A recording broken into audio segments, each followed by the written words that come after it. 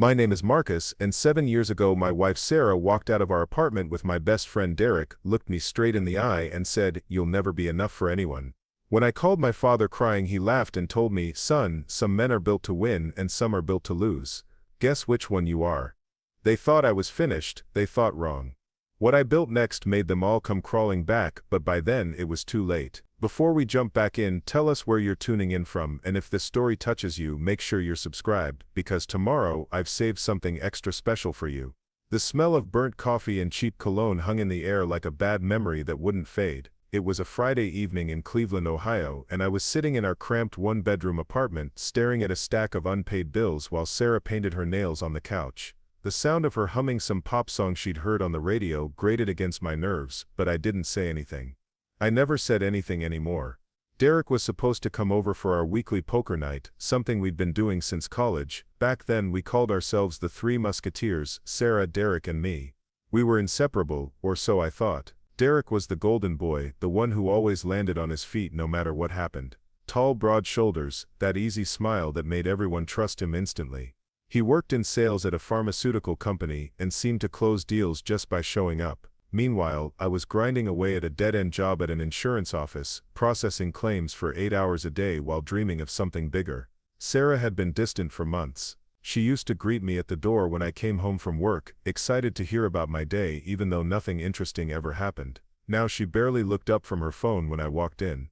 She'd stopped cooking dinner, stopped asking about my dreams of starting my own business, stopped laughing at my jokes. The woman I'd married 3 years ago had become a stranger living in my own home. I should have seen the signs. The way she lit up whenever Derek's name came up in conversation, how she always found excuses to text him throughout the day. The new perfume she started wearing, the one that smelled nothing like the vanilla scent I'd bought her for our anniversary.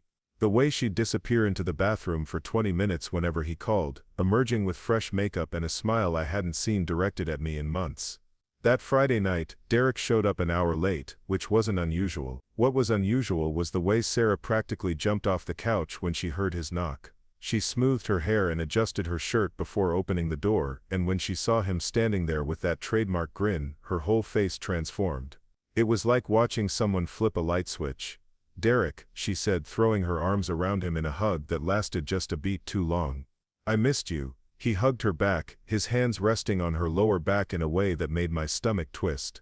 "Missed you too, beautiful," he said, and I caught the way his eyes met mine over her shoulder. There was something there, a flicker of guilt mixed with defiance, like he was daring me to say something. I didn't. I just grabbed the deck of cards from the kitchen table and started shuffling, the familiar motion giving my hands something to do while my mind raced. We settled into our usual spots around the coffee table, Sarah curled up on the couch between Derek and me, but somehow she seemed to gravitate toward him throughout the evening. Every laugh, every touch, every glance was directed his way. Derek was on fire that night, winning hand after hand with that cocky smirk I'd once found endearing but now made me want to punch something. He told stories about his latest sales conquests, name-dropping clients, and talking about his expense account like it was no big deal. Sarah hung on every word, asking questions and laughing at all the right moments. "You know what your problem is, Marcus," Derek said, dealing another hand. "You think too small. You're always worried about playing it safe, following the rules. That's not how you get ahead in this world." Sarah nodded along like he was delivering profound wisdom. "Derek's right," she said, not even looking at me. "You need to take more risks, be more ambitious." I felt heat rise in my cheeks. "I am ambitious," I said, my voice coming out quieter than I intended.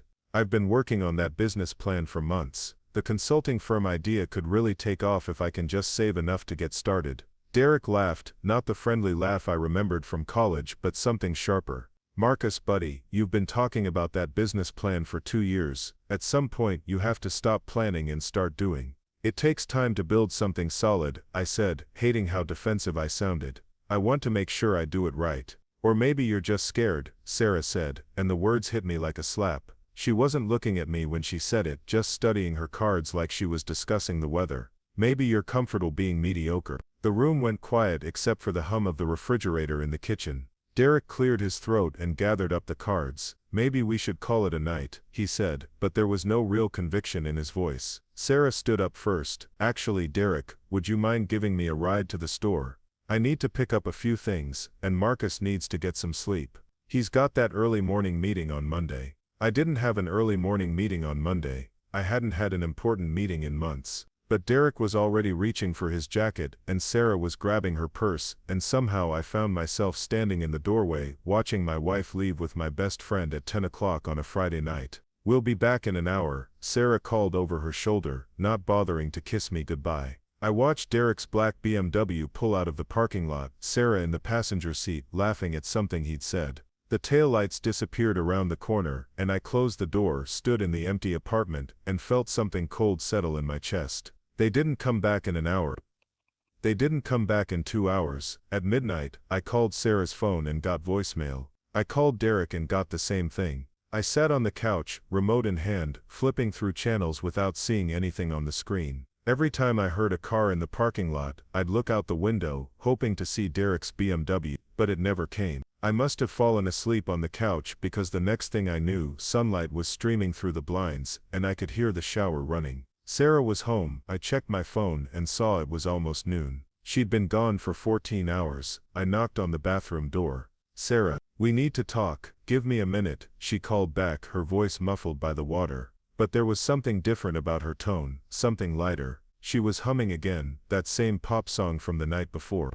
When she finally emerged, wrapped in a towel with her hair dripping wet, she looked more alive than I'd seen her in months. Her cheeks were flushed, her eyes bright, and there was a smile playing at the corners of her mouth that she couldn't quite hide. "Where were you?" I asked, trying to keep my voice calm. "I told you the store," she said, not meeting my eyes, as she walked to the dresser and started pulling out clothes. "For 14 hours, she shrugged.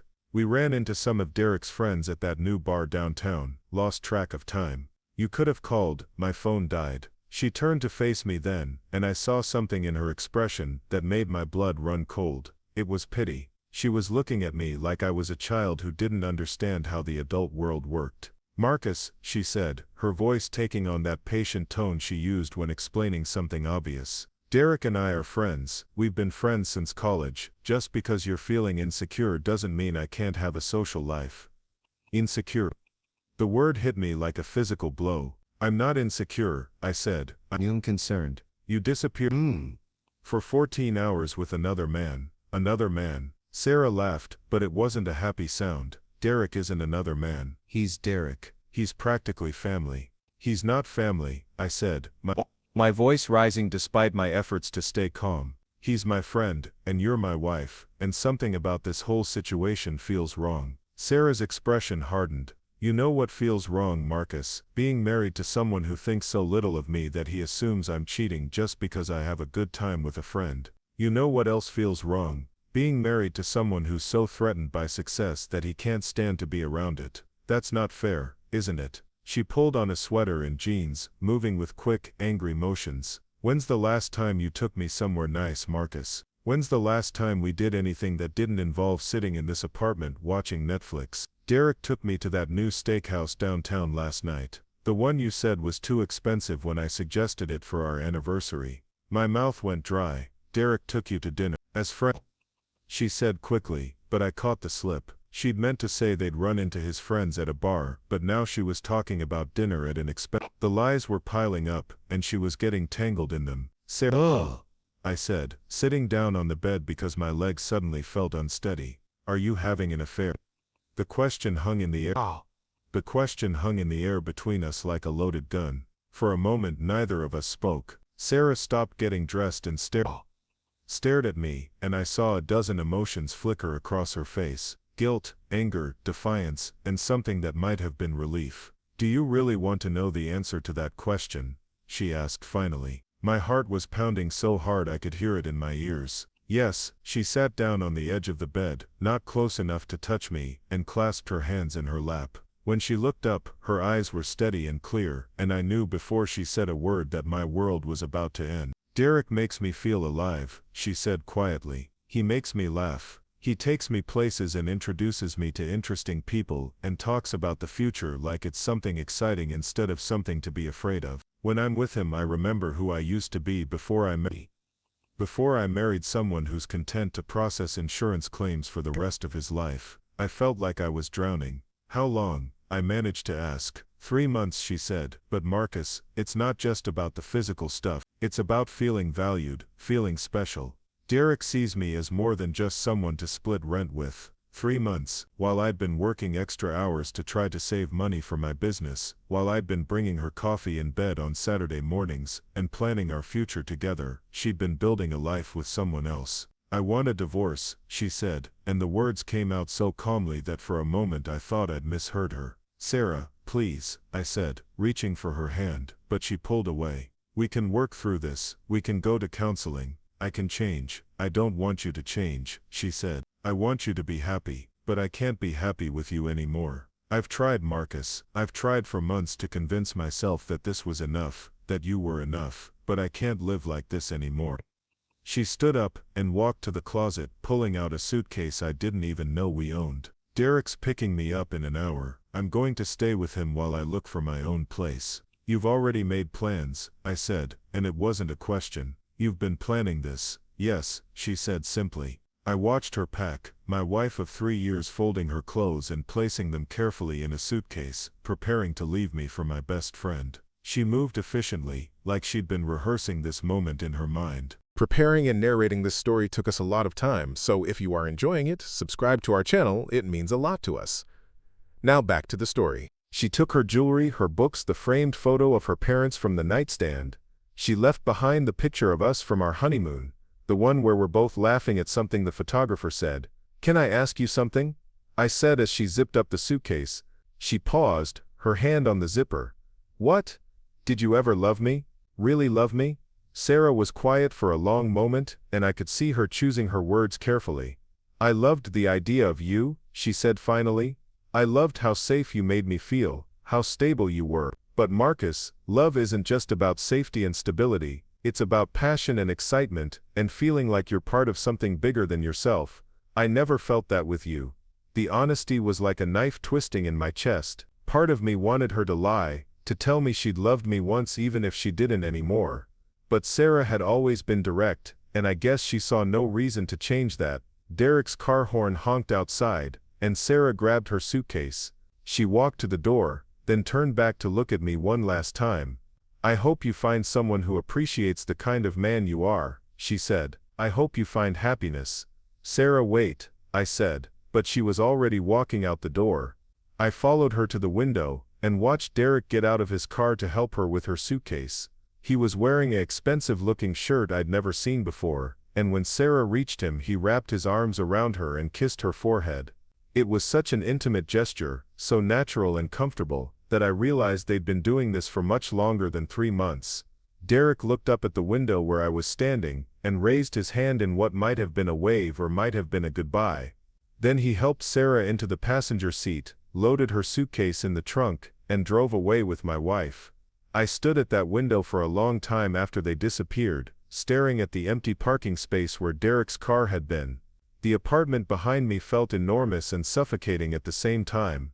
Every surface held memories of the life Sarah and I had built together, but now those memories felt like lies. Had she been thinking about Derek when she kissed me goodnight? Had she been comparing us when we made love? How long had I been living in a fantasy while she planned her escape? The phone rang, startling me out of my thoughts. For a crazy moment, I thought it might be Sarah calling to tell me she'd made a mistake, that she was coming back. But when I picked up, it was my father's voice on the other end. Marcus, son, how are you doing?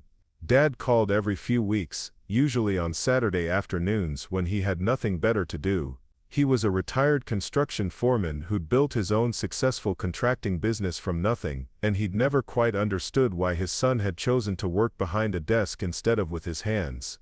I'm not doing great, Dad, I said, and before I could stop myself, the whole story came pouring out. I told him about Sarah and Derek, about the lies and the affair and the divorce. I told him how lost I felt, how everything I'd thought was real had turned out to be an illusion. When I finished, there was silence on the other end of the line. Then my father started laughing. Not a chuckle or a sympathetic laugh, but a deep, genuine belly laugh that went on for what felt like forever.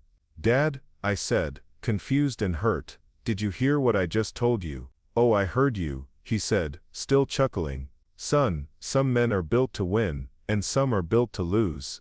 Guess which one you are. The words hit me like a physical blow. What's that supposed to mean? It means you're surprised that a woman would choose a winner over a loser, Dad said. Marcus, you're 31 years old, and you're still processing paperwork for other people's problems.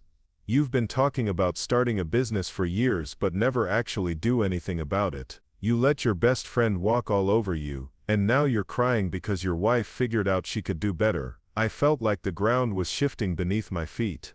I thought you'd be supportive. Supportive of what? Your pity party. Dad's voice was harsh now, all traces of laughter gone. Son, life isn't fair, and the world doesn't owe you anything just because you're a nice guy. You want to keep a woman like Sarah, then become the kind of man worth keeping. You want respect, then do something worth respecting. I am trying, I said, my voice breaking. I've been working on a business plan. Working on a plan isn't the same thing as working. Dad said, your friend Derek didn't plan his way to success, he went out and grabbed it. Maybe if you'd spent less time planning and more time doing, your wife wouldn't have had to look elsewhere for excitement. The conversation ended with Dad telling me to call him when I'd figured out how to be a man instead of a victim. I hung up the phone and stood in my empty apartment, feeling more alone than I'd ever felt in my life. My wife had left me for my best friend, and my father thought I deserved it. That night, I lay in bed staring at the ceiling, replaying every conversation, every moment, every sign I'd missed or ignored. Sarah was right about one thing, I had been content with mediocrity. While Derek was out there building relationships and closing deals and taking risks, I'd been safe and comfortable and boring. I'd been so focused on not failing that I'd never really tried to succeed. The next few days passed in a blur of phone calls and paperwork. Sarah wanted to come by to get the rest of her things while I was at work, which felt like a small mercy. I didn't think I could handle watching her pack up 3 years of marriage into boxes. My co-workers at the insurance office kept asking if I was feeling okay because I looked tired and distracted. I told them I was fine, but the truth was I felt like I was sleepwalking through my own life. Derek called me on Wednesday. I almost didn't answer, but some masochistic part of me needed to hear what he had to say. Marcus, man, I know this is awkward, he said, his voice carefully neutral, but I want you to know that Sarah and I never meant for this to happen, it just did. Things like this don't just happen, Derek, I said. You make choices. You're right, he said. We made choices, and I know you probably hate me right now, but I hope someday you can understand that we didn't do this to hurt you. We fell in love. Fell in love. Like it was something that happened to them instead of something they chose to pursue while lying to me for months. Is there anything I can say that would make you fight for her? Derek asked, and the question surprised me. What do you mean? I mean you're just accepting this. You're letting her go without a fight.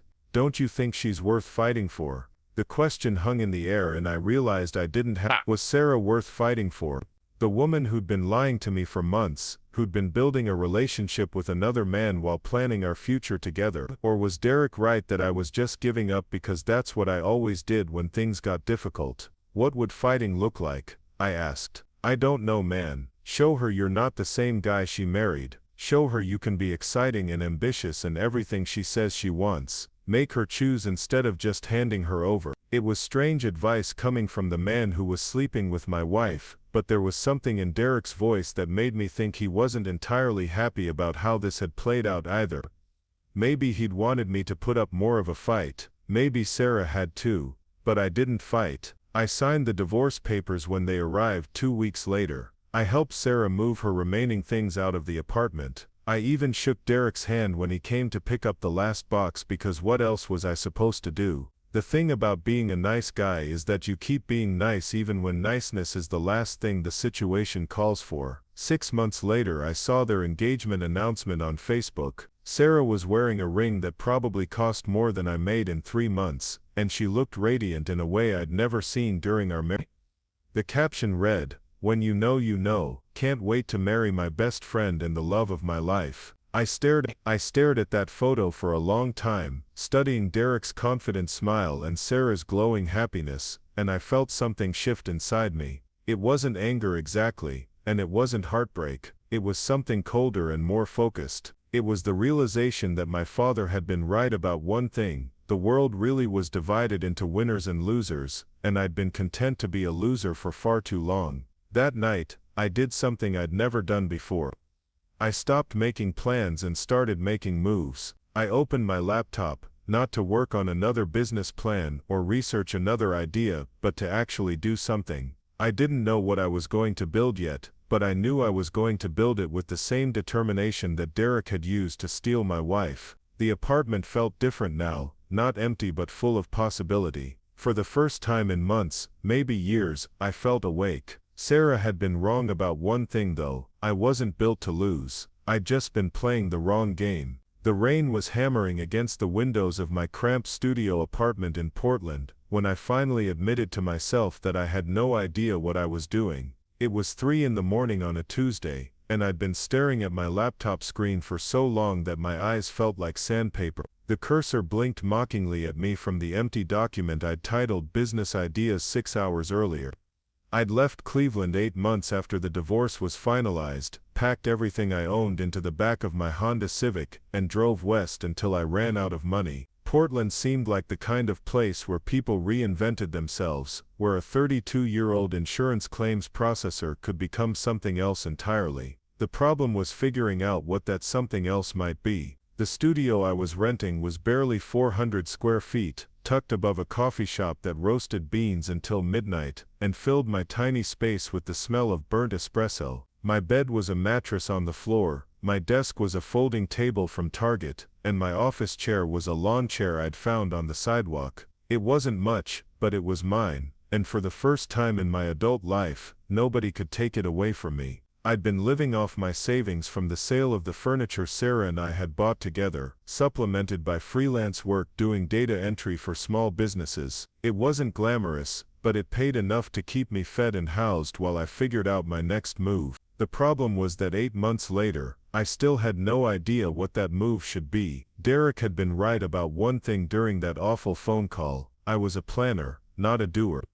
I'd spent my entire adult life waiting for the perfect moment, the perfect opportunity, the perfect plan. But sitting in that tiny apartment with rain drumming overhead, and nothing but a blinking cursor to show for months of thinking, I realized that perfection was just another word for paralysis. I closed the laptop and walked to the window. Portland spread out below me, a maze of streetlights and late-night diners and people who were probably doing something more productive than staring at blank documents. Somewhere out there, Derek was probably closing another big deal, taking Sarah to another expensive restaurant, living the life I'd convinced myself I'd have someday when I was ready for it. The thought should have made me angry, but instead it made me tired. I'd been carrying around this weight for so long that it had become part of me, like a broken bone that had healed crooked. The anger and hurt and humiliation had crystallized into something harder and more useful, a kind of cold determination that I was only beginning to understand. I made coffee using the cheapest grounds I could find at the grocery store and sat back down at my makeshift desk. This time, instead of opening a new document,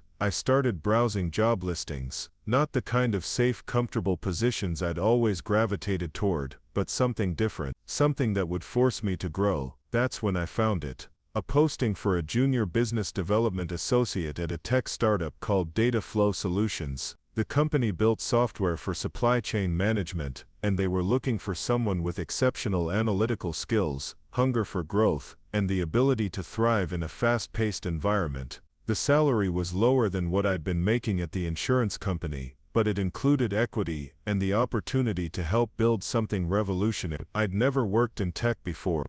I didn't know anything about supply chain management or software development or startup culture.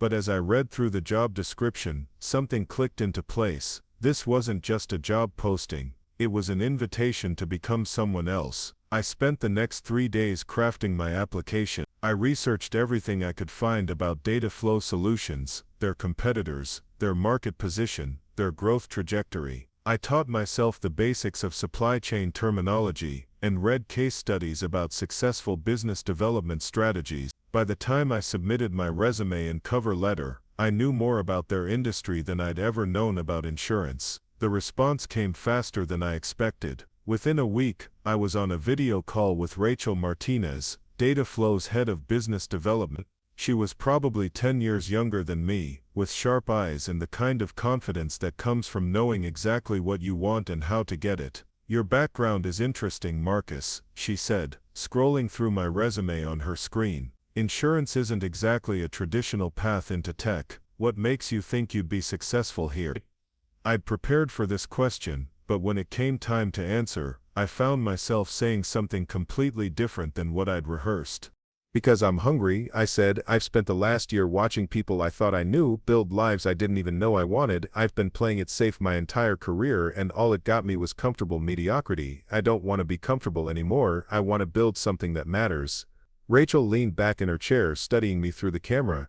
"That's honest," she said, "but honesty doesn't close deals or bring in new clients. What makes you think you can do those things?" "Because I understand failure," I said. "I know what it feels like to lose everything that matters to you because you weren't paying attention to what was really happening. I know what it feels like to be left behind while other people move forward, and I never want to feel that way again." There was a long pause. Then Rachel smiled for the first time during the call. "When can you start?" she asked. 2 weeks later, I was sitting in Dataflow's headquarters in downtown Portland, surrounded by people who spoke in acronyms and moved with the kind of purposeful energy I'd never experienced in corporate environments. The office was all exposed brick and standing desks and whiteboard walls covered in incomprehensible diagrams. Everyone looked like they were about 5 years younger than me and twice as motivated. My first day was a disaster. I sat through meetings where people discussed API integrations and customer acquisition costs and monthly recurring revenue like these were concepts I should obviously understand. I nodded along and took notes, but by lunch I was convinced I'd made a terrible mistake.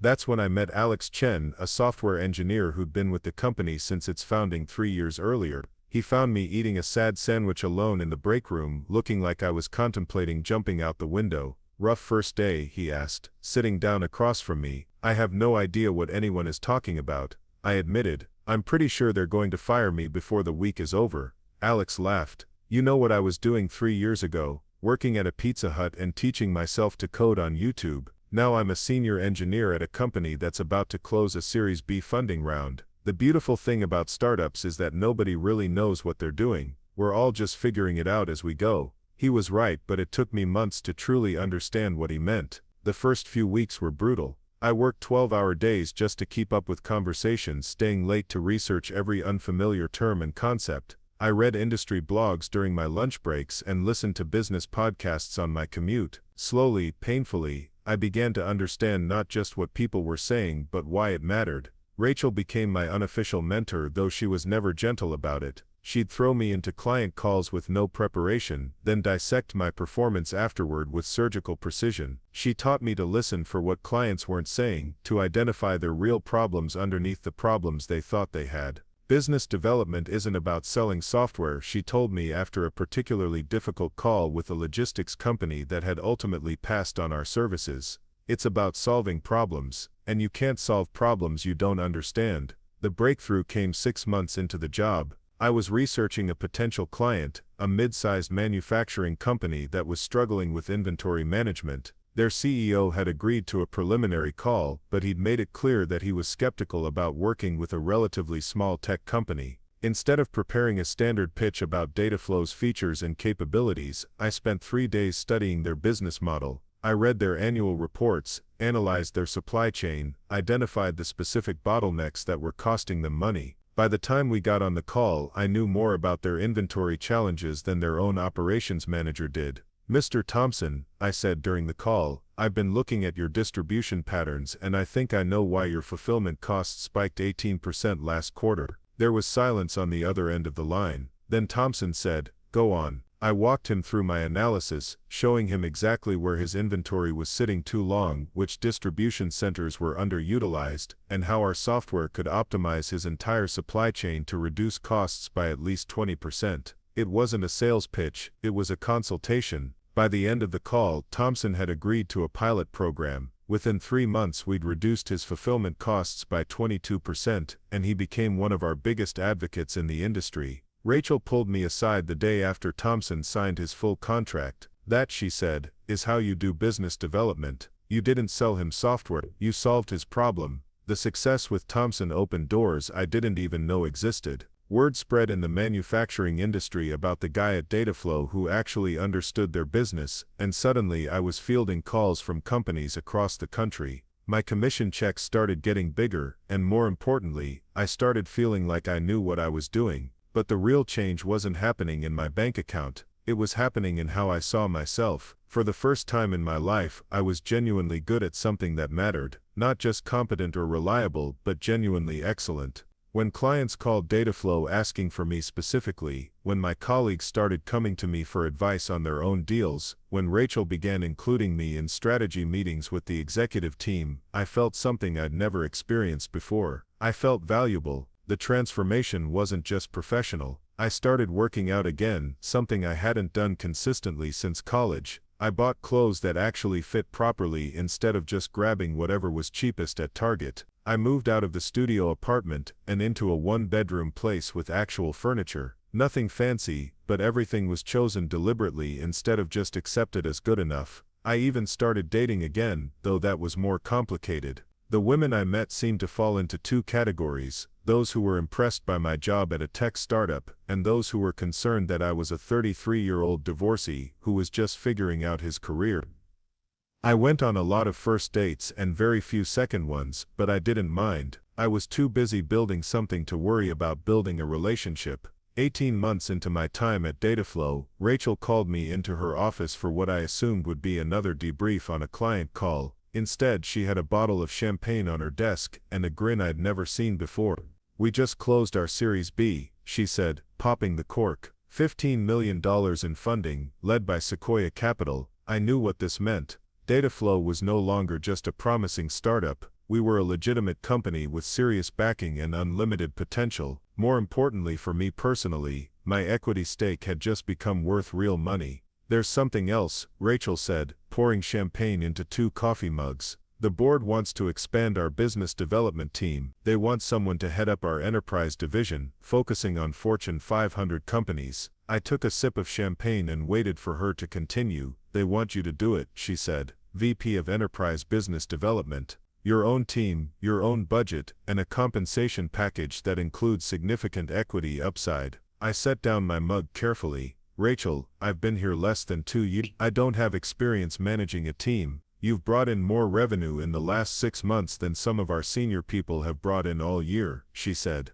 "And more importantly, you understand how to solve problems for big companies. That's exactly what we need as we scale up." The promotion came with a salary that was triple what I'd been making at the insurance company, plus equity that could be worth millions if Dataflow continued growing. But more than the money, it came with responsibility and recognition, and the opportunity to build something significant. I accepted immediately. Leading a team was harder than I'd expected. Hiring talented people, motivating them, setting strategy, managing up to the executive team while managing down to my direct reports. I made mistakes, some of them expensive, but I learned from each one. I read everything I could find about leadership and management, attended conferences, found mentors who'd built successful teams at other companies. Within a year, my enterprise division was responsible for 40% of Dataflow's revenue. We'd signed contracts with 3 Fortune 500 companies, including a manufacturing giant that was implementing our software across their entire global supply chain.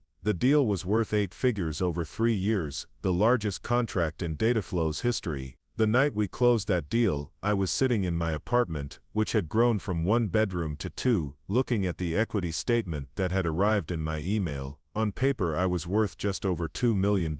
In reality, since Dataflow was still private, I was worth exactly what I'd always been worth. But the potential was there, visible and real in a way it had never been before. I thought about calling someone to celebrate, but there wasn't really anyone to call. I'd made friends at work, but they were colleagues first and friends second. I'd dated a few women seriously enough to introduce them to my friends, but nothing had stuck. My father and I still talked occasionally, but our conversations were stilted and formal, neither of us willing to revisit the way our last real conversation had ended. Sarah had remarried Derek in a ceremony that looked beautiful on Instagram. They'd bought a house in an expensive suburb of Atlanta, where Derek had been promoted to regional sales director.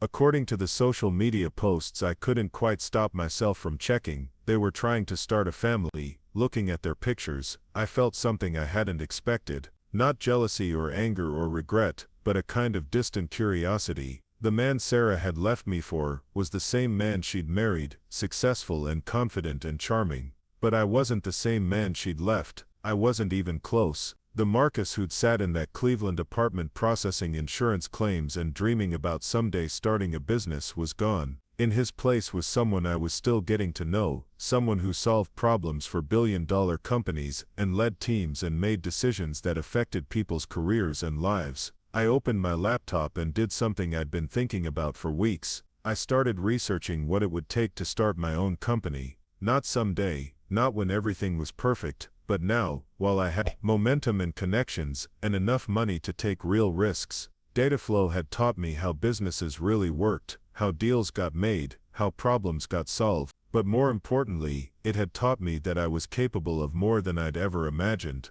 The scared, insecure man who'd watched his wife leave with his best friend was still part of me, but he wasn't in charge anymore. I spent the next 3 months quietly building my plan, not a business plan like the ones I'd written and rewritten for years, but an actual strategy for launching a company. I identified a gap in the market that Dataflow wasn't addressing, a need for specialized software that could help mid-sized companies optimize their supply chains without the complexity and cost of enterprise-level solutions. I reached out to former clients who'd expressed frustration with existing options. I connected with engineers who were looking for new challenges. I spoke with investors who specialized in early-stage B2B software companies. By the time I was ready to make my move, I had letters of intent from 3 potential clients, commitments from 2 talented engineers, and preliminary interest from a seed-stage venture capital firm. The hardest part was telling Rachel I was leaving. She'd given me the opportunity that changed my life, and she'd become more than a boss. She was a mentor and a friend, and leaving Dataflow felt like betraying someone who'd believed in me when I didn't believe in myself. "I'm not surprised," she said when I finally worked up the courage to tell her. "I've been watching you research competitors and market opportunities for months. The only surprise is that it took you this long." "Are you angry?" I asked. "I'm proud," she said. 2 years ago, you were a guy who'd never worked in tech and didn't know what API stood for. Now you're starting your own company because you see an opportunity that nobody else is addressing. That's exactly what entrepreneurship looks like."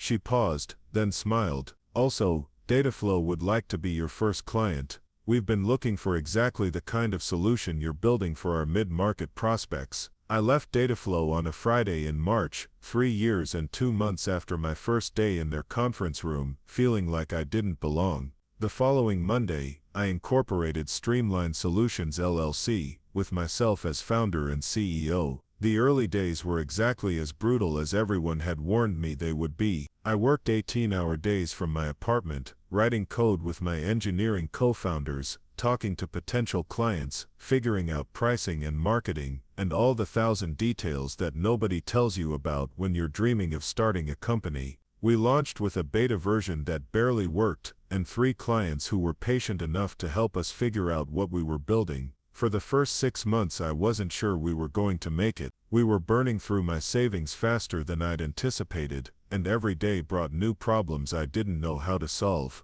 But we were solving real problems for real companies, and that kept us going. Our software was helping a furniture manufacturer reduce their inventory costs by 15%. Electronics distributor was using our system to optimize their warehouse operations and cut fulfillment time in half. Word was spreading, slowly but steadily, that there was a new player in the supply chain optimization space. The breakthrough came almost exactly 1 year after we launched. A private equity firm that owned several mid-size manufacturing companies heard about us through one of our clients and wanted to implement our software across their entire portfolio. The deal would be worth just over $3 million over 2 years, enough to fund our growth for the foreseeable future. I was in the conference room of their Manhattan office, presenting to 6 executives who controlled billions of dollars in assets, when something remarkable happened. I realized I wasn't nervous. 3 years earlier, I would have been terrified to be in a room with people like this.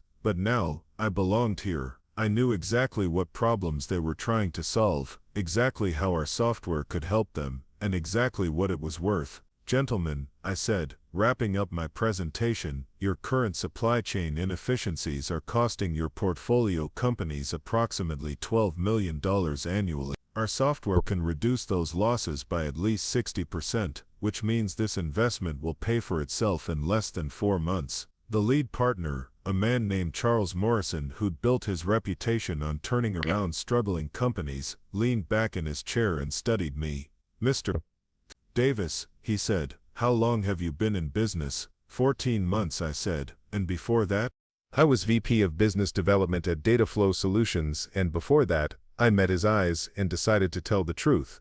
I processed insurance claims in Cleveland, Ohio. Morrison smiled for the first time during the meeting. That's quite a journey, he said. What changed? I thought about Sarah walking out with Derek, about my father's laughter, about sitting in that Portland studio apartment staring at a blank document and feeling like a failure. I got tired of being someone I didn't respect, I said. 2 weeks later, Morrison's firm signed the contract. 6 months after that, they led a Series A funding round that valued Streamline Solutions at $25 million. I owned 60% of the company, which meant I was worth $15 million on paper and about $3 million in reality, since I'd sold some of my shares to early investors. But the real measure of what I'd built wasn't in the valuation, or the revenue, or the growing team of talented people who joined our mission. It was in the phone call I got on a Tuesday afternoon from a number I didn't recognize. Marcus, it's Derek. I almost hung up, but something in his voice made me pause. He sounded different. Tired, maybe, or unsure of himself in a way I'd never heard before. Hello, Derek, I said, keeping my voice neutral. I saw the article about your company in Forbes, he said. Congratulations, man. Really, that's incredible. Forbes had run a piece about promising young CEOs in the supply chain technology space. My photo was on the cover, along with the headline, The Logistics Revolution, How These Entrepreneurs Are Reshaping Global Commerce. It was surreal seeing my face on newsstands, knowing that people I'd never met were reading about the company I'd built from nothing. Thank you, I said. How are you doing? There was a long pause. I'm calling because I wanted to apologize, Derek said finally, for how everything went down with Sarah, for how I handled it. I've been thinking about it a lot lately, and I know I was wrong. Derek, that was 5 years ago, I said. I know, but success looks good on you, Marcus. And I keep thinking about what might have happened if I'd been a better friend back then.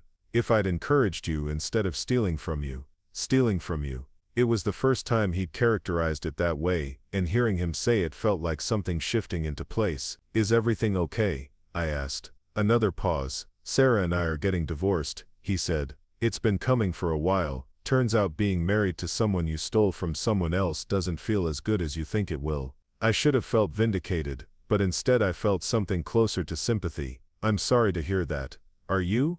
Derek asked. Really? I thought about it for a moment. Yeah, I said. I am. I hope you both find what you're looking for. What about you? Derek asked. Are you happy? I looked around my office, which occupied the top floor of a building in downtown Portland. Through the windows, I could see the city spreading out below me, full of possibility and opportunity. On my desk was a prototype of our next-generation software, something that could revolutionize how companies thought about supply chain management. In my calendar were meetings with investors and clients and potential partners who wanted to help us grow. Yeah, I said. I think I am.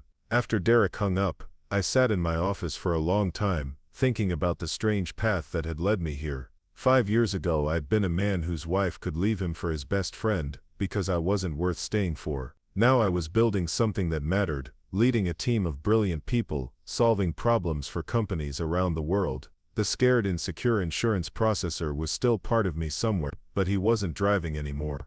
In his place was someone I was proud to be, someone who took risks and made hard decisions and built things that lasted. I opened my laptop and started working on the presentation I'd be giving next week to a Fortune 100 company that was considering implementing our software across their entire global operation. If the deal went through, it would be worth $50 million over 5 years and establish Streamline Solutions as a major player in the industry. But even if it didn't, I'd still be exactly where I belonged, building something meaningful, leading people I respected, and proving every day that the person I'd become was worth all the pain it had taken to get here.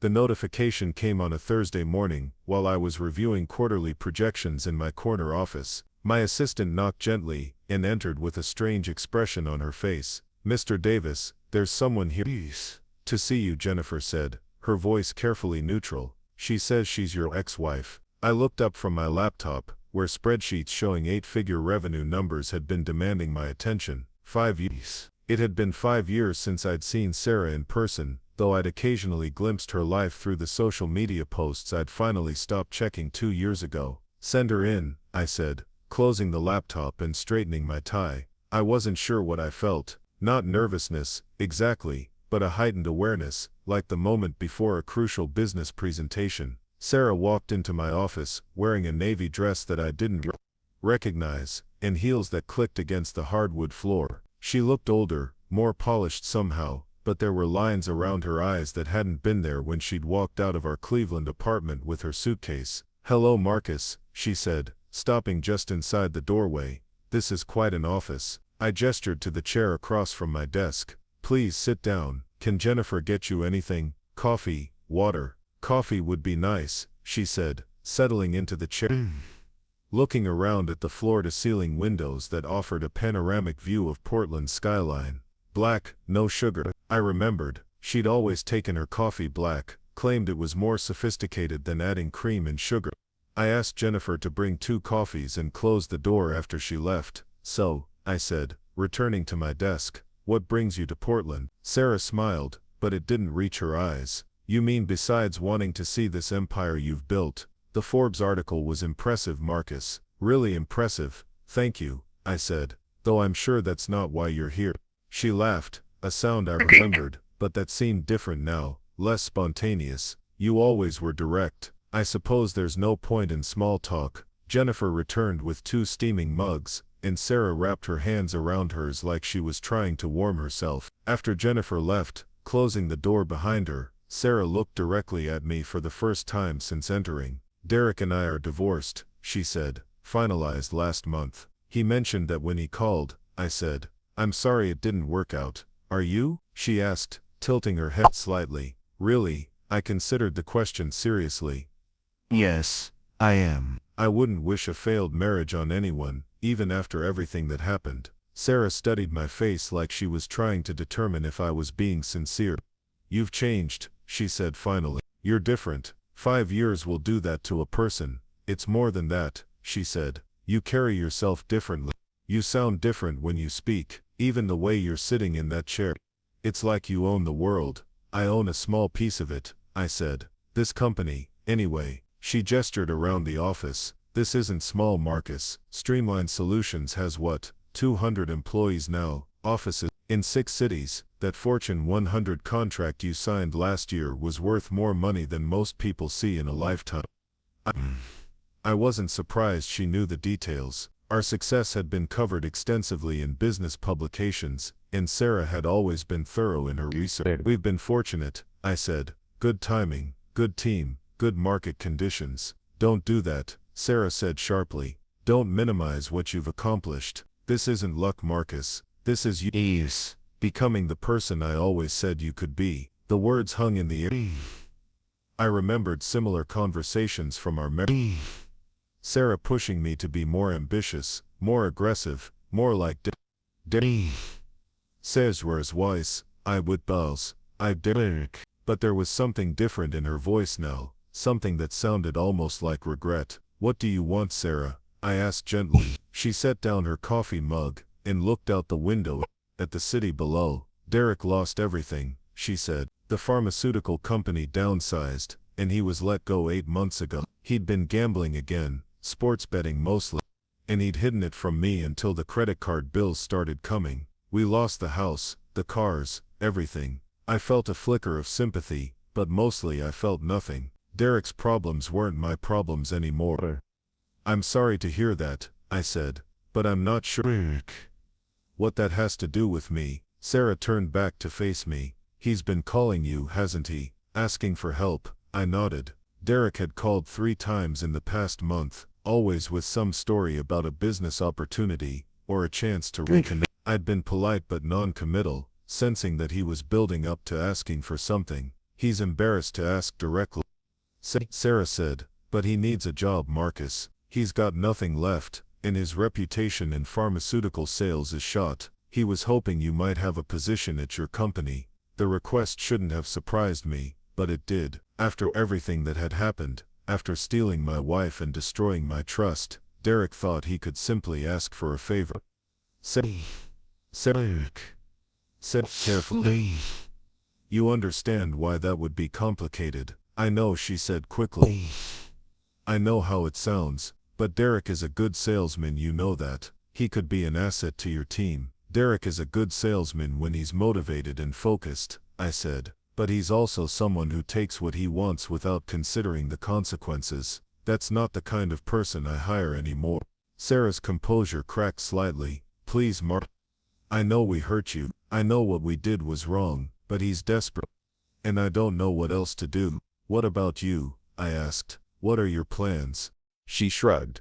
I'm staying with my sister in Seattle while I figure things out. I have some savings, enough to get back on my feet. I'm thinking about going back to school, maybe getting my master's degree. That sounds like a good plan, I said. You always were smart enough for graduate school. Smart enough but not brave enough, she said. I was always too scared to take risks, too comfortable with the safe choice. But funny thing is, I thought marrying Derek was the risky choice, but it turned out to be just another form of safety. I traded one comfortable life for another. There was something vulnerable in her voice that I remembered from the early days of our marriage, before the distance and resentment had set in. Sarah, I said, I'm not going to hire Derek. I can't, and I won't. But if you need help getting back on your feet, if you need a reference for graduate school or a loan to cover tuition, I'm willing to help with that. She looked surprised. Why would you do that? Because holding grudges is exhausting, I said. And because you were right about one thing, I did need to become more ambitious, more willing to take risks. It just took me longer to figure out how to do that than either of us expected. Sarah's eyes filled with tears, and for a moment she looked exactly like the woman I'd married all those years ago. I made such a mess of everything, she said.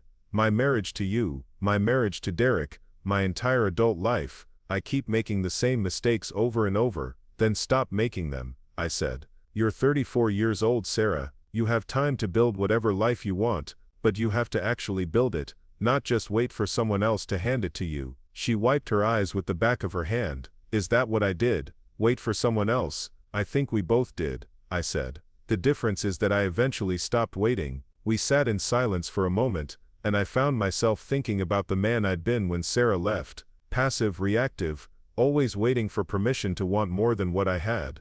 In some ways, losing everything had been the best thing that could have happened to me. There's something else, Sarah said finally. Something I need to tell you. I waited. The night I left, she said. When I told you that you'd never be enough for anyone, I didn't mean it. I was angry and scared and trying to hurt you because I was hurting. But Marcus, you were always enough. I was the one who wasn't enough. I wasn't brave enough, or strong enough, or honest enough to be the partner you deserved. The apology was something I'd stopped needing years ago, but hearing it still meant something. Thank you for saying that, I said. But Sarah, I wasn't the partner you deserved either. I was so focused on playing it safe that I forgot to actually live. You needed someone who would take risks, who would push boundaries, who would fight for what he wanted. I wasn't that person then. But you are now, she said. Yes, I said. I am now. Sarah finished her coffee and stood up. I should go. I have a flight back to Seattle this afternoon. I walked her to the door, and she paused with her hand on the handle. For what it's worth, she said. I'm proud of you. I'm proud of what you've built, and who you've become. I know I don't have the right to be proud of you anymore, but I am. You have the right, I said. We were married for 3 years. That means something, even if it didn't end well. She smiled then, the first genuine smile I'd seen from her since she'd walked into my office. Goodbye, Marcus, she said.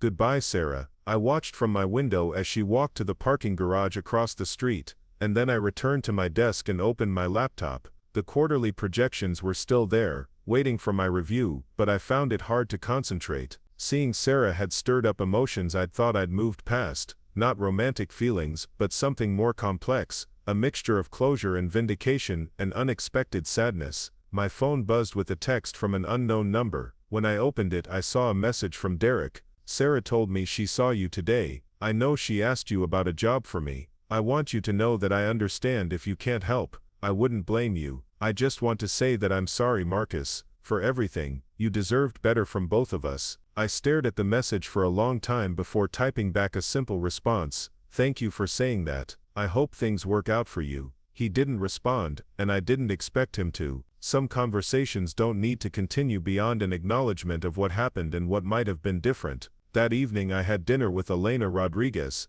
a brilliant engineer who joined Streamline Solutions 6 months earlier and had quickly become one of our most valuable team members. We'd been dating for 3 months, though we'd kept it professional at the office. Elena was nothing like Sarah, confident where Sarah had been insecure, direct where Sarah had been manipulative, ambitious in her own right, rather than looking for someone else's ambition to complete her. You seem distracted tonight, Elena said as we shared a bottle of wine at a restaurant overlooking the Willamette River. Everything okay? I told her about Sarah's visit, about Derek's situation, about the strange feeling of confronting your past when you've become someone completely different. Do you regret not helping him? Elena asked. No, I said without hesitation. Derek made his choices, and he's living with the consequences. I spent too many years of my life cleaning up other people's messes and accepting less than I deserved. I'm not going back to that. But you offered to help Sarah. That's different, I said. Sarah owned her mistakes today. She took responsibility for her choices and their consequences. Derek just wants someone to fix his problems for him. Elena nodded thoughtfully. It must have been strange seeing her again. It was, I said, but not in the way I expected. I thought I might feel angry or vindicated or hurt. Instead, I mostly felt grateful. Grateful. If Sarah hadn't left, if Derek hadn't betrayed me, if my father hadn't laughed at my pain, I never would have been forced to become who I am now. I would have stayed comfortable and safe and small. I would have spent my whole life processing other people's insurance claims and dreaming about someday starting a business. Elena reached across the table and took my hand. You know what I love about you, she said. You're not bitter. You could be, after everything that happened, but you're not. You took all that pain and turned it into something productive. I had good teachers, I said. People like Rachel at Dataflow who showed me what was possible. People like you who challenged me to keep growing. What's next? Elena asked. For the company, I mean, I smiled. Actually, I wanted to talk to you about that. I've been thinking about expanding internationally. The European market for supply chain optimization is huge, and I think we could establish a significant presence there within 2 years. That would mean a lot of travel, Elena said. A lot of time away from Portland. It would, I said. Unless the right person were willing to help lead the expansion. Elena's eyes lit up. Are you offering me a job, Mr. Davis? I'm offering you a partnership, I said. Vice President of International Operations, with equity stake and full authority to build our European division however you think best. She squeezed my hand. That's the most romantic business proposition I've ever received. We talked for another hour about the possibilities, about markets we could enter and partnerships we could build, and the kind of company we could become with the right strategy and execution. It was the kind of conversation I'd always dreamed of having, two people who respected each other's abilities planning something meaningful together. Later that night, as Elena slept beside me in my downtown condominium, I stood on the balcony, looking out at the city lights and thinking about the strange journey that had brought me here. 5 years ago I'd been a man whose wife could leave him because he wasn't worth staying for. Now I was building something that mattered, leading people I respected, and planning a future with someone who saw me as an equal partner rather than a safe backup plan. My phone buzzed with an email from my assistant. Jennifer was efficient to the point of being psychic, and she'd attached the agenda for next week's board meeting, along with preliminary numbers for our best quarter yet. Revenue was up 38% over the previous year, profit margins were improving, and we had a pipeline of potential clients that could sustain growth for the next 5 years. But the real measure of success wasn't in the number. It was in the fact that when my ex-wife had shown up asking for help for the man who'd stolen her from me, I'd been able to respond with compassion rather than bitterness. It was in the partnership I was building with Elena, based on mutual respect and shared ambition rather than need and desperation. It was in the team of talented people who'd chosen to work for Streamline Solutions because they believed in what we were building. I thought about calling my father to tell him about the European expansion, about the partnership with Elena, about the life I'd built from the ashes of my humiliation, but I realized I didn't need his approval anymore. The scared, insecure man who'd craved his father's respect had been replaced by someone who knew his own worth. Instead, I opened my laptop and started working on the presentation I'd be giving to our board next week. We were considering an acquisition, a smaller company that had developed innovative software for inventory management. If the deal went through, it would position Streamline Solutions as the dominant player in mid-market supply chain optimization. As I worked, I found myself thinking about the scared man who'd sat in that Cleveland apartment, watching his wife leave with his best friend. He'd believed that his value was determined by other people's perception of him, that his worth was measured by what others were willing to give him, rather than what he was capable of building. The man I'd become understood that worth was something you created through your choices and actions, through the problems you solved, and the value you added to the world. Sarah's love hadn't made me valuable, and losing it hadn't made me worthless. Derek's friendship hadn't defined my social worth, and his betrayal hadn't diminished my capacity for meaningful relationships. The next morning, I woke up early and went for a run along the river, something I'd started doing when I first moved to Portland, and had continued as a way to clear my head before big decisions. The city was just waking up, coffee shops opening their doors and early commuters heading to work, and I felt connected to it all in a way I'd never experienced in Cleveland. When I got back to my condo, Elena was making breakfast, wearing one of my shirts and humming while she scrambled eggs. She looked up when I walked in, sweaty and breathing hard from the run. "Good run?" she asked. "Great run," I said, kissing her forehead. "I've been thinking about the European expansion, and I think we should start with London," I said. "Establish a beachhead there and expand into the rest of the EU from a position of strength." Elena nodded thoughtfully. "That makes sense. The regulatory environment is more familiar, and there are good flight connections to the rest of Europe. How do you feel about spending 6 months there setting things up?" I asked. "Are you coming with me?" "For part of it," I said. "We'll need to divide our time between London and Portland, at least initially." She smiled. "I can't think of anything I'd rather do than build something meaningful with someone I respect." That afternoon, I had lunch with Charles Morrison, the private equity executive who'd led our Series A funding round and had become both an investor and a mentor. We met at his club downtown, a place where serious money discussed serious business over expensive steaks. "I hear you're planning European expansion," Charles said, cutting into his ribeye with surgical precision.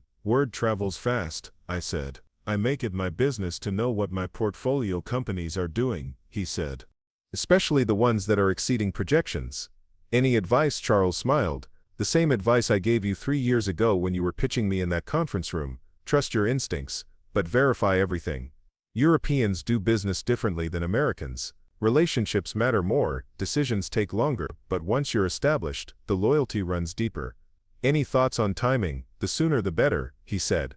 "Your competitors are looking at international expansion too, and first-mover advantage is real in your market." We talked for another hour about strategy and execution, about the challenges of managing a business across multiple time zones, and the importance of hiring local talent who understood cultural nuances. "Can I ask you something personal?" Charles said as we finished our meal. "Of course. What drives you, Marcus?" "I've worked with a lot of entrepreneurs over the years, and they usually fall into one of two categories: those who are running toward something, and those who are running away from something. Which are you?" I considered the question seriously. "Both," I said finally. "I'm running away from the man I used to be, someone who accepted mediocrity and waited for permission to want more. But I'm also running toward something, toward the possibility of building something that outlasts me, something that creates value for employees and clients and investors." Charles nodded approvingly. "That's a good answer. The best entrepreneurs are fueled by both motivation and dissatisfaction. You need the anger to push through the hard times and the vision to know where you're going." That evening, I called a company meeting to announce the European expansion. Our entire team gathered in the main conference room, from senior executives to junior developers, and I explained our vision for international growth. "This is going to be challenging," I said, looking around the room at the faces of people who'd chosen to join our mission. "We'll be competing against established players in unfamiliar markets. We'll be navigating different regulations, different business cultures, different customer expectations. But I believe we have something unique to offer, and I believe we have the team to succeed." The questions came fast and thoughtful. How would we handle customer support across time zones? What kind of partnerships would we seek in each market? How would international expansion affect our domestic growth plans? I answered each question as thoroughly as I could, but what impressed me most was the enthusiasm in the room. These weren't people who were just collecting paychecks, they were invested in what we were building, excited about the challenges ahead, confident in our ability to succeed. After the meeting, Elena and I stayed behind to discuss logistics. We spread maps and market research reports across the conference table, sketching out timelines and budgets and strategic priorities. You know what this reminds me of? Elena said, looking up from a report on European supply chain software adoption rates. What? That first presentation you gave to Charles Morrison's firm. You told them that their supply chain inefficiencies were costing them $12 million annually, and you could solve their problem in 4 months. This is a little more complex than that, I said. The principle is the same, she said. You see a problem that other people don't see, and you have the confidence to say you can fix it. She was right. The man who'd been too scared to start his own business, who'd spent years planning without doing, would never have attempted something as ambitious as international expansion. But the man I'd become understood that big problems required big solutions, and big solutions created big opportunities. My phone rang, interrupting my thoughts. The caller ID showed a number I didn't recognize, but when I answered, the voice was familiar. Marcus, it's your father. I hadn't spoken to my father in over a year, not since a stilted conversation about my mother's birthday that had ended with both of us running out of things to say. Hi Dad, I said. How are you? I'm calling to apologize, he said, and the words caught me off guard. I saw that Forbes article about your company, and I realized that I owe you an apology for what I said when Sarah left you. I gestured to Elena that I needed to take the call privately, and she nodded, gathering up the reports and heading to her office. Dad, that was a long time ago, I said. No son, this is important, he said.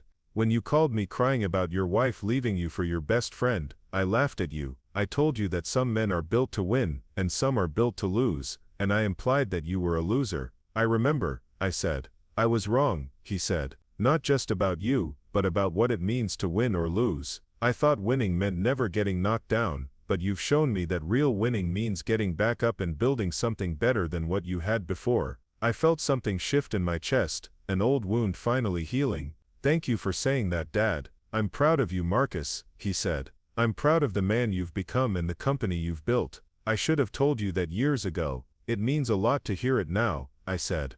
There's something else, he said.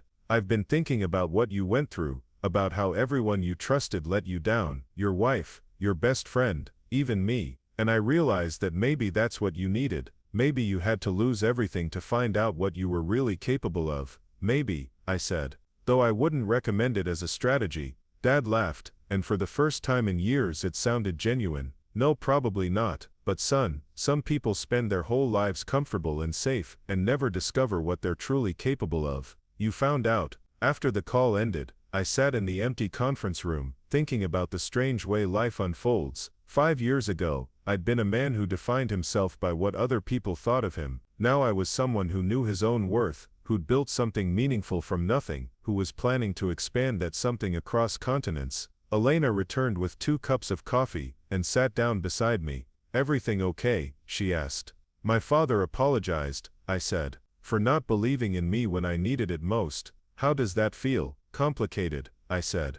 Good, but complicated. I spent so many years wanting his approval that I'm not sure what to do with it now that I have it. You don't have to do anything with it, Elena said. You can just accept it and move on. She was right, as she usually was. The man I'd become didn't need his father's approval to know his worth, but receiving it still felt like a form of closure. Over the next 6 months, we executed our European expansion with the same methodical precision we'd used to build our domestic business. Elena spent 3 months in London establishing our European headquarters, hiring local talent, and building relationships with potential clients. I traveled back and forth, managing operations in Portland, while supporting the international launch. The first European client signed a contract worth €2 million over 3 years. The second deal was even larger, a German manufacturing conglomerate that implemented our software across their entire supply chain. Within 6 months, our European division was generating 20% of our total revenue.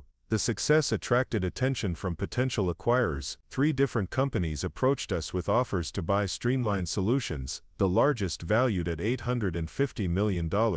It was more money than I'd ever imagined having, enough to retire and live comfortably for the rest of my life. I turned them all down. Why? Elena asked when I told her about the latest offer. $850 million is a lot of money, because we're just getting started, I said. We're profitable, we're growing, we're solving real problems for real companies. Why would I sell that to become someone else's employee, even for $850 million, especially for $850 million, I said. Money is just a way of keeping score, building something that matters, that's the real reward. The day after I turned down the largest acquisition offer, my phone rang with a call that changed everything. It was from the CEO of the biggest supply chain management company in the world, a Fortune 50 corporation that controlled billions of dollars in global logistics. Mr. Davis, he said. My name is Robert Chen, and I run Global Logistics Solutions. I understand you've been turning down acquisition offers. That's correct, I said. Good, he said.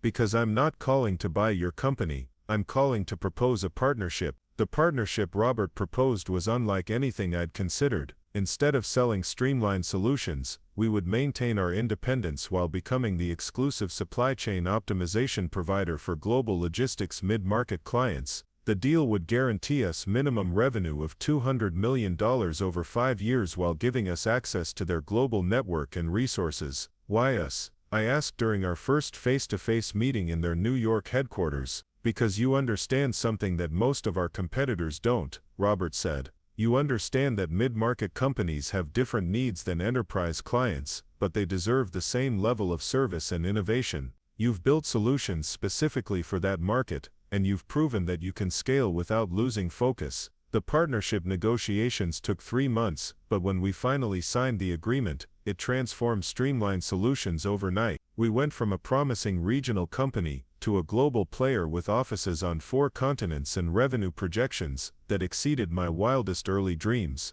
The day we announced the partnership, Forbes called asking for an interview about how I'd built a company worth nearly $1 billion. During the interview, the reporter asked me about my background, about the journey from insurance claims processor to technology CEO. What would you say to someone who's in the position you were in 7 years ago? She asked. Someone who feels stuck, who doesn't believe they're capable of more. I thought about the man I'd been, sitting in that Cleveland apartment watching his wife leave with his best friend, believing that his worth was determined by what other people were willing to give him. I'd tell them that their current circumstances don't define their potential, I said. I'd tell them that the people who don't believe in you today might be doing you a favor, because having to prove yourself to yourself is more powerful than having to prove yourself to anyone else. Any regrets? She asked. Only one, I said. I regret that it took me so long to stop waiting for permission to become who I was capable of being. The article was published with the headline, From Heartbreak to $850 Million: How One Man Turned Betrayal into Business Success. It included a photo of me in my Portland office, looking confident and comfortable in a way that would have been impossible for the man I used to be. That evening, Elena and I celebrated at the same restaurant where we'd had our first real conversation about the future. We toasted to the partnership, to our upcoming engagement, to the life we were building together. Do you ever wonder what would have happened if Sarah hadn't left? Elena asked. Sometimes, I said. But not with regret. If Sarah hadn't left, if Derek hadn't betrayed me, if my father hadn't laughed at my pain, I never would have been forced to discover what I was capable of. I would have stayed safe and comfortable and small. So you're grateful for the betrayal. I'm grateful for what it taught me, I said. That my worth isn't determined by what other people think of me. That security doesn't come from other people's approval but from my own ability to create value. That the only person who can truly limit what I'm capable of is me. Later that night, as Elena slept beside me in our shared home, I thought about the strange journey that had brought me here. 7 years ago, I'd been a man whose wife could tell him he'd never be enough for anyone. Now I was building something that mattered on a global scale, in partnership with someone who saw me as an equal. The scared, insecure insurance processor was still part of me somewhere, but he wasn't driving anymore. In his place was someone I was proud to be, someone who took calculated risks and made hard decisions, and built things that created value for thousands of people. I opened my laptop and started working on plans for our next expansion, into the Asian markets where our European success had generated significant interest. It was nearly midnight, but I wasn't tired. I was energized by the possibilities, excited about the challenges ahead, confident in our ability to succeed. As I worked, I thought about all the people who'd underestimated me, who'd written me off as mediocre, or weak or unworthy of their respect. Sarah was working as a graduate student in Seattle. Derek was struggling to rebuild his career in pharmaceutical sales. My father was finally proud of the son he'd once laughed at, but their opinions didn't matter anymore, had never really mattered. The only opinion that counted was my own, and I knew exactly what I was worth. I was worth what I'd built, what I was building, what I was capable of building tomorrow. Up next, you've got 2 more standout stories right on your screen. If this one hit the mark, you won't want to pass these up. Just click and check them out.